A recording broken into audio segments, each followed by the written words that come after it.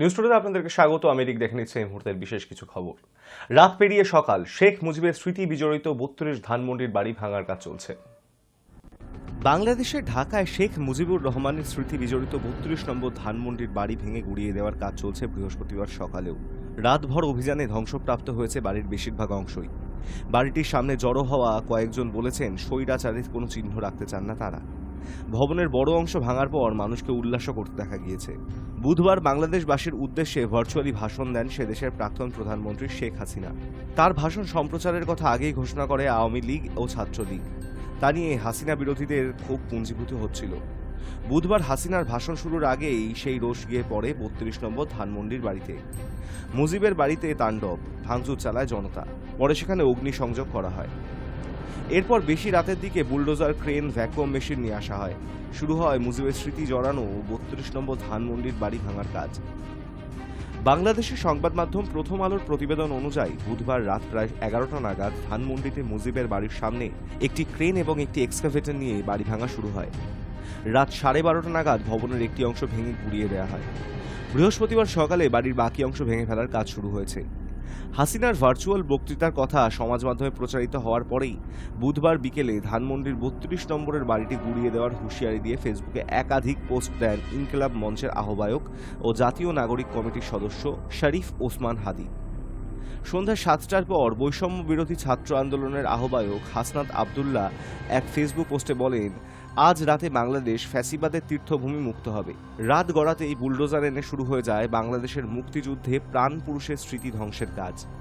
কাজের অগ্রগতি বলছে বৃহস্পতিবারই শেষ হয়ে যাবে বাংলাদেশের জাতির জনকের স্মৃতি। বুধবার ধানমন্ডিতে মুজিবের বাড়ি ভাঙার প্রসঙ্গ উঠে এসেছিল হাসিনার ভার্চুয়াল ভাষণেও। তিনি বলেন, ধানমন্ডির ৩২ নম্বর বাড়ি থেকে জাতির পিতা স্বাধীনতার ঘোষণা দিয়েছিলেন। ওই ঘটনার পর পাকিস্তানি হানাদার বাহিনী তাকে গ্রেপ্তার করে। তখন এই বাড়িটিতে তারা লুটপাট করছিল, কিন্তু আগুন দিয়ে পোড়ায়নি, ভাঙেনি। ধানমন্ডির বাড়ির স্মৃতিচারণা করে হাসিনা জানান, শেখ মুজিব কখনো সেদেশের রাষ্ট্রপতি ভবনে বা প্রধানমন্ত্রীর বাসভবনে থাকেননি। এই ছোট বাড়িটিতেই ছিলেন তিনি। আওয়ামী লীগ নেত্রী বলেন, আমার মা অনেক কষ্ট করে এই বাড়িটির প্রতিটি ইট নিজের হাতে গেঁথেছিলেন। বাংলাদেশের প্রাক্তন প্রধানমন্ত্রীর কথায় অনেক রাষ্ট্রপ্রধান, সরকার প্রধান, বিশ্বের বড় বড় নেতারা এই বাড়িতে এসেছেন। আজ এই বাড়িটি ভেঙে ফেলা হচ্ছে কেন? বাড়িটির কি অপরাধ? এই বাড়িটিকে কেন এত ভয় পাচ্ছেন? আওয়ামী লীগের নেত্রীর দাবি, বাংলাদেশের সাধারণ মানুষ এর বিচার করবেন। Hi news network. পুরুষদের প্রবেশ নিষেধ, মহিলাদের খেলা থেকে রূপান্তরকামীদের নিষিদ্ধ করলেন ট্রাম্প। বুধবার ওই নির্বাহী আদেশে স্বাক্ষর করেন ট্রাম্প। এখন থেকে রূপান্তরকামী খেলোয়াড়রা আর অংশগ্রহণ করতে পারবেন না মেয়েদের খেলায়। এবার এমনটাই জানিয়ে দিলেন আমেরিকার প্রেসিডেন্ট ডোনাল্ড ট্রাম্প। বুধবার এই সংক্রান্ত একটি নির্বাহী আদেশে স্বাক্ষরও করে ফেলেছেন তিনি। হোয়াইট হাউসে নয়া ওই নির্বাহী আদেশে স্বাক্ষর করেছেন ট্রাম্প। সঙ্গে ছিলেন বেশ কয়েকজন শিশু ও মহিলা ক্রীড়াবিদ। ছিলেন মার্কিন House Speaker Mike Johnson, congresswoman Marjorie Greene সহ শীর্ষস্থানীয় রিপাবলিকান নেতারাও।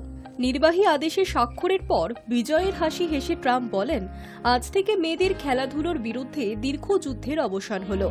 প্রেসিডেন্ট হিসাবে দায়িত্ব নেবার পরেই ট্রাম্প স্পষ্ট করে দিয়েছিলেন যে আমেরিকায় এবার থেকে সরকারি খাতায় দুটি লিঙ্গ থাকবে, পুরুষ এবং স্ত্রী। এর বাইরে আর কোনো লিঙ্গ পরিচয়কে স্বীকৃতি দেওয়া হবে না তার জমানায়। চলতি বছরের জানুয়ারিতে দ্বিতীয়বার ক্ষমতায় আসার পর ট্রাম্প জানিয়ে দেন, শীঘ্রই তিনি এই বিষয়ে একটি নির্বাহী আদেশও জারি করবেন। নানা সূত্রে জল্পনা শুরু হয়, এখন থেকে পাসপোর্ট, ভিসা এবং অন্য সব সরকারি নথিপত্রে পুরুষ এবং মহিলা এই দুটি লিঙ্গেরই উল্লেখ থাকবে। নির্দেশ অনুসারে শারীরিক গঠনগত দিক থেকে যে মানুষ যে লিঙ্গের, শুধুমাত্র সেটিরই উল্লেখ থাকবে সরকারি নীতিতে। রূপান্তরকামীদের জন্য এর আগে সরকারি নথিতে পৃথক লিঙ্গের ব্যবস্থা নিয়ে নীতি চালু করেছিলেন আমেরিকার প্রাক্তন প্রেসিডেন্ট জো বাইডেন। 4 বছর আগে ওভাল অফিসের দায়িত্ব নিয়ে প্রথম দিনেই বাইডেন এই নীতি চালু করেছিলেন। ট্রাম্প দ্বিতীয়বার ক্ষমতায় আসতেই ওই নীতি বদলে ফেলতে উদ্যোগী। এমনকি ট্রাম্পের নির্বাচনী প্রচারের প্রায় 50% জুড়েই ছিল সমকামী এবং রূপান্তরকামীদের বিরুদ্ধে প্রচার। প্রেসিডেন্টের শপথ গ্রহণের দিন ওয়াশিংটনের বিশপ ম্যারিয়ান এগডারবার্ট সমাজে সমকামী রূপান্তরকামী মানুষদের অস্তিত্ব স্বীকার করতে সরাসরি ট্রাম্পকে অনুরোধ করেন, কিন্তু তাতে চিড়ে ভেজেনি। ট্রাম্প রয়ে গিয়েছেন ট্রাম্পেই। সেই আবহে এবার এই নির্দেশকে ঘিরে শুরু হয়েছে বিতর্ক। বুধবার ট্রাম্প বলেন, আমরা মেয়েদের খেলাধুলোর ঐতিহ্যকে রক্ষা করতে চাই। আমরা পুরুষদের মেয়েদেরকে মারধর কিংবা জখম করতে দেব না। এখন থেকে মেয়েদের খেলা শুধু মেয়েদেরই। ট্রাম্প আরও জানিয়েছেন, 2028 সালে আমেরিকার লস অ্যাঞ্জেলেসে অলিম্পিক্স হওয়ার আগেই এই সংক্রান্ত নিয়ম বদলের জন্য আন্তর্জাতিক অলিম্পিক সংস্থার উপর চাপ সৃষ্টি করবেন তিনি। Under the Trump administration, we will defend the proud tradition of female athletes, and we will not allow men to beat up, injure, and cheat our women and our girls. From now on, women's sports will be only for women. In recent years, the radical left has waged an all-out campaign to erase the very concept of biological sex and replace it with a militant transgender ideology. Female athletes have been forced onto the front lines, and men claiming to be girls have stolen more than 3,500 victories. That's a lot. All of that ends today because with this executive order, the war on women's sports is over. If you let men take over women's sports teams or invade your locker rooms, you will be investigated for violations of Title IX and risk your federal funding. Here we are. And this doesn't have to be long. It's just all about common sense. Doesn't have to be long. In a few moments, I'll sign a historic executive order to ban men from competing in women's sports. It's about time. Hi news network. দুই বঙ্গে কুয়াশার সতর্কতা রয়েছে। দক্ষিণবঙ্গের 9 ও উত্তরবঙ্গে 3 জেলায় কুয়াশার জেরে কমতে পারে দৃশ্যমানতা। শীতের বিদায় পর্ব শুরু হবে আগামী সপ্তাহে। আবহাওয়ার খামখেয়ালিপনা অব্যাহত। একদিকে দক্ষিণবঙ্গে রোদ ঝলমলে দিন, আর একদিকে দক্ষিণ 24 পরগনার নামখানায় সকাল থেকে শুরু হয়েছে বজ্র বিদ্যুৎ সহ মুষলধারে বৃষ্টি। মেঘের শেষ বেলায় অকাল বর্ষণে জল জমেছে এই এলাকায়। একই সঙ্গে চলছে পারদের ওঠানামা। বৃহস্পতিবার কলকাতায় সর্বনিম্ন তাপমাত্রা 22 ডিগ্রি। শুক্রবার থেকে ফের পারদ নামবে, সপ্তাহান্তে ফিরবে শীতের আমেজ। দুই বঙ্গে কুয়াশার সতর্কতা রয়েছে। দক্ষিণবঙ্গের 9 ও উত্তরবঙ্গের 3 জেলায় কুয়াশার জেরে কমতে পারে দৃশ্যমানতা। শীতের বিদায় পর্ব শুরু হবে আগামী সপ্তাহে। বৃহস্পতিবার 3 ডিগ্রি সেলসিয়াসের তাপমাত্রা বাড়লেও দক্ষিণবঙ্গে শুক্রবার থেকে কমতে পারে তাপমাত্রা। সপ্তাহের শেষে নিম্নমুখী পারদ শুক্রবার থেকে রবিবারের মধ্যে 2 থেকে 4 ডিগ্রি সেলসিয়াসের তাপমাত্রা কমবে। শীতের আমেজ কিছুটা ফিরবে, তবে শীতের বিদায় পর্ব শুরু আগামী সপ্তাহে। বৃহস্পতিবার ঘন কুয়াশার সম্ভাবনা বাড়বে। কুয়াশার সম্ভাবনা বেশি থাকবে কলকাতা, হুগলি, হাওড়া, উত্তর ও দক্ষিণ 24 পরগনা, পূর্ব ও পশ্চিম মেদিনীপুরের জেলাতে। পশ্চিম বর্ধমান ও নদিয়াতে কখনো কুয়াশা বিক্ষিপ্তভাব থাকবে। বাকি জেলাগুলিতে খুব সকালের দিকে হালকা কুয়াশা থাকতে পারে। শুক্রবার পরিষ্কার আকাশ, কুয়াশার সম্ভাবনাও কম, আপাতত বৃষ্টির কোনো সম্ভাবনা নেই। উত্তরবঙ্গের 3 জেলাতে বৃহস্পতিবার কুয়াশার দাপট। ঘন কুয়াশা থাকবে জলপাইগুড়ি, কোচবিহার, উত্তর দিনাজপুরের জেলাতে। দৃশ্যমানতা নেমে আসবে 50 মিটারের নিচে। বাকি জেলাতে হালকা থেকে মাঝারি কুয়াশা। বেশিরভাগ জেলাতেই স্বাভাবিকের কাছে পারদ। শুক্রবার থেকে তাপমাত্রা কমবে। 2-3 দিনের মধ্যেই 3 থেকে 4 ডিগ্রি সেলসিয়াসের তাপমাত্রা কমতে পারে অনুমান আবহাওয়া বিজ্ঞানীদের। শুক্রবার থেকে পারদ ফের নিম্নমুখী। সকাল সন্ধ্যায় শীতের আমেজ আসতে পারে। বৃষ্টির কোনো সম্ভাবনা নেই। বৃহস্পতিবার সর্বনিম্ন তাপমাত্রা 22.6 ডিগ্রি।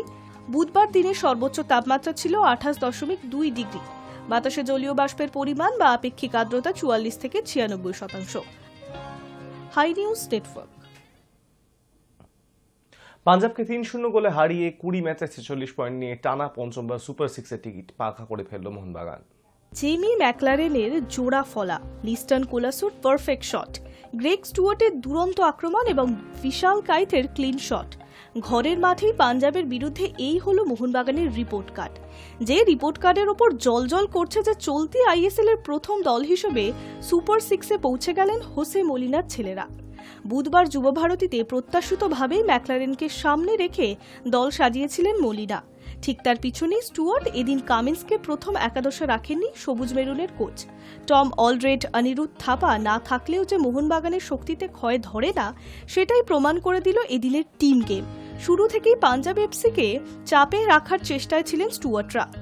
স্কট স্ট্রাইকারের জোড়া আক্রমণ শক্ত হাতে প্রতিহত করেন রবি কুমার। কোলাসুর নিশ্চিত গোলও আটকে দেন পাঞ্জাব গোলকিপার। আর সেই সৌজন্যেই প্রথমার্ধে গোলের মুখ থেকে গোল করতে ব্যর্থ হয় মোহনবাগান। প্রথম ৪৫ মিনিট ম্যাচ 0 গোল থাকার পরেও খেলা জমে ওঠে দ্বিতীয়ার্ধে। দুই দলই মুহুর্মুহুর আক্রমণ করতে থাকে। পাঞ্জাবের নিশ্চিত গোল বারে লেগেও ফিরে আসে বাকি কৃতিত্ব সেই কাইতেরই। তার বিশাল হাতেই এবার ক্লিনশট মোহনবাগানের। এই ম্যাচে নামার আগেই আইএসএল এর 50টি ক্লিনশট রাখার নজির গড়েছেন তিনি, যার জন্য বুধবার তাকে আইএসএল এর পক্ষ থেকে 50 লেখা স্পেশাল জার্সি তুলে দেওয়া হয়। খেলার বয়স যখন 56 মিনিট, অপেক্ষার ইতি ঘটে সবুজ বেরুন সমর্থকদের। ম্যাকলারেনের দুরন্ত শটে এগিয়ে যায় মোহনবাগান। 7 মিনিটের পর ডান দিক থেকে কোলাসোর নিখুঁত লং শট স্টুয়ার্টের পায়ে ডিফ্লেক্টে জড়িয়ে যায়, তবে গোলদাতার পাশে কোলাসোর নামই লেখা থাকে। পাঞ্জাবকে ৩-০ গোলে হারিয়ে 20 ম্যাচে 46 পয়েন্ট নিয়ে টানা পঞ্চমবার সুপার সিক্সের টিকিট পাকা করে ফেলল মোহনবাগান। সেই সঙ্গে আরও এক ধাপ এগিয়ে গেল লিগ শিল্ড জয়ের মলিনার ব্রিগেড। অন্যদিকে 18 ম্যাচে 23 পয়েন্ট নিয়ে 9 নম্বরে থাকল Punjab. Hi news network. News today এখন এই পর্যন্তই। দেখতে থাকুন হাই নিউজ, নির্ভীক নিরপেক্ষ।